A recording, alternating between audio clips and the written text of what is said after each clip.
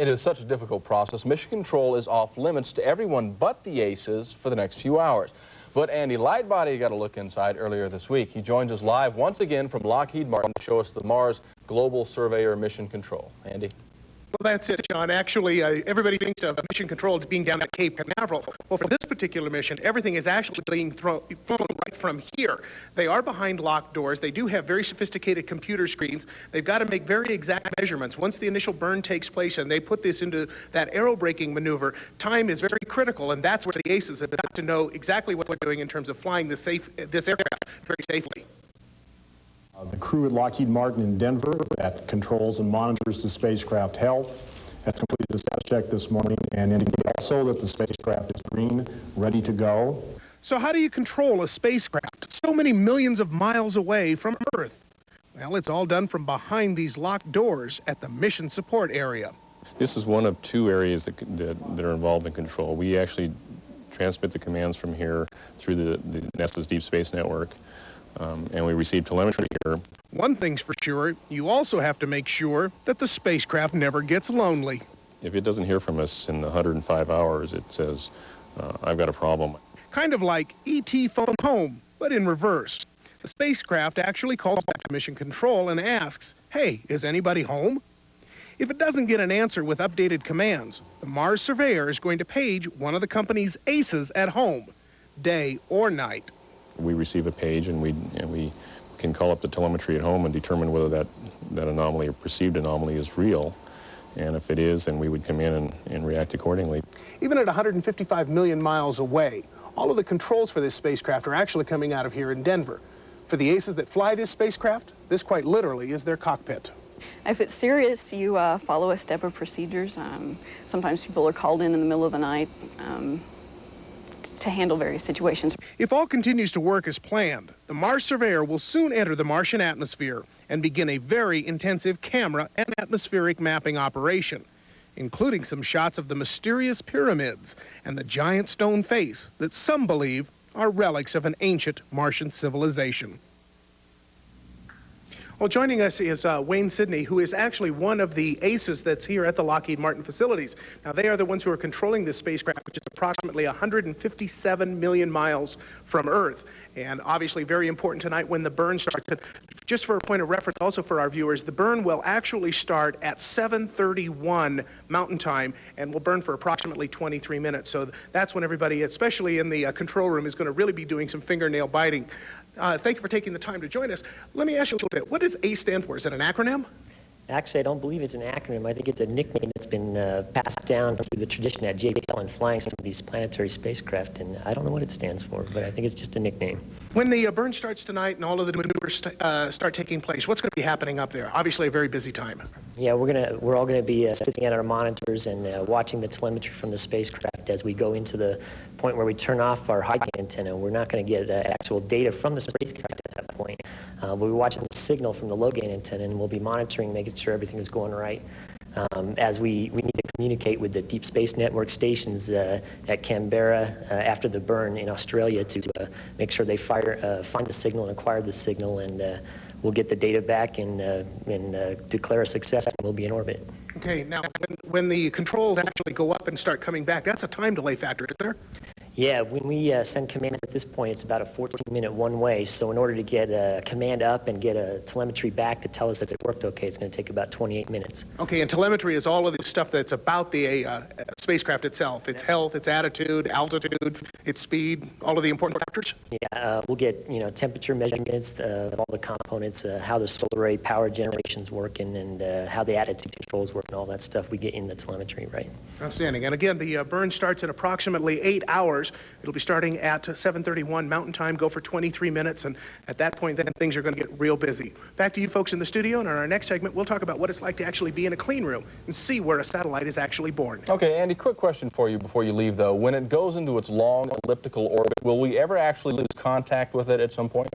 That's a very good question. We'll ask the ace and the pilot here. Well, that is a truth. Every time we go into our drag pass, we enter into the atmosphere, we will turn our transmitter off in order to save power. And we will be blind for about a 20-30 minute period of time, and then we have to reacquire the signal every time when we're done. And that will happen every orbit for 450 orbits throughout the 4-month period of aerobraking. Sounds like no vacation time for you guys over the next few months anyway. Back to you folks in the studio. Okay, All right. E.T., phone home. Thanks, Andy. Do Thanks. appreciate it.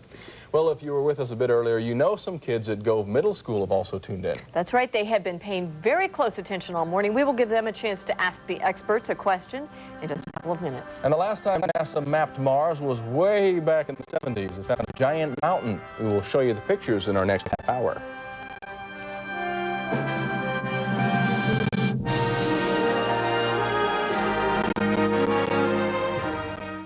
And here's your plate, madame. Why, thank you very much. At Country Buffet, you don't need a waiter. So, little lady, would you like to start off with a salad or perhaps some homemade soup? You don't need a menu. For your main dish, lemon pepper chicken or carved turkey? Oh, you are a delicate flower. Have some mashed potatoes. Who wants gravy? Mom does. All you need is a plate. You must have the hot fudge sundae cake. Country Buffet. What's on your plate?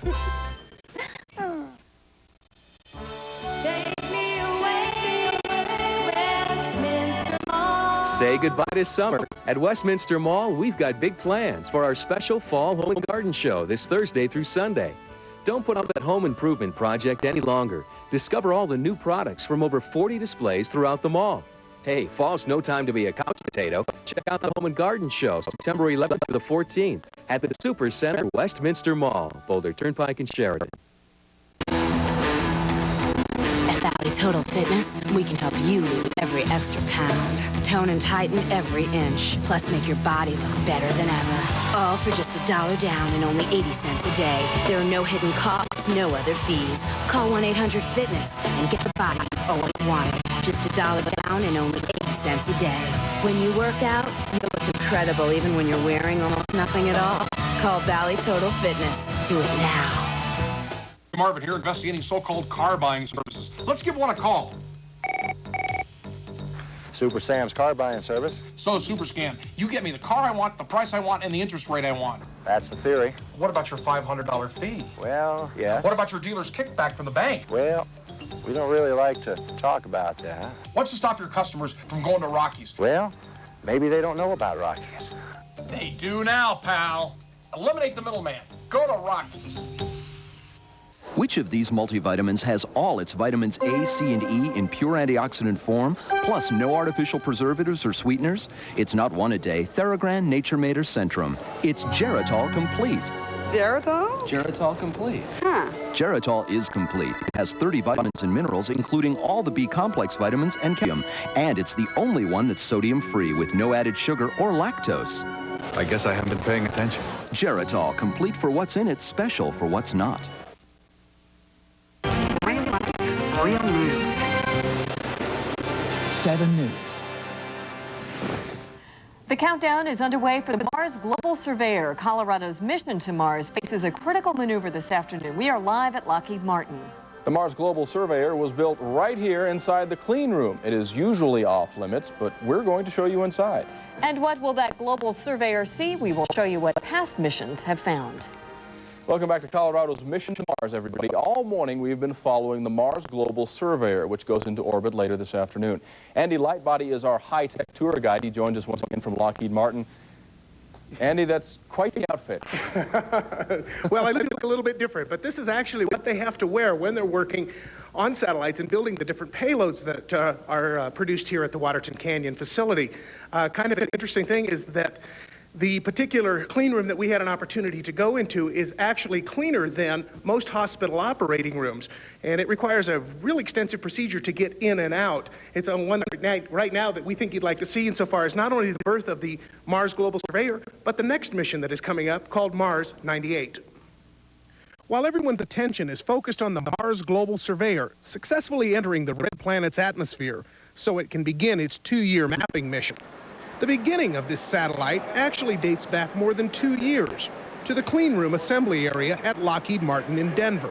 Scientists and engineers in white suits work to assemble spacecraft and payloads under some of the most sterile conditions anywhere on Earth.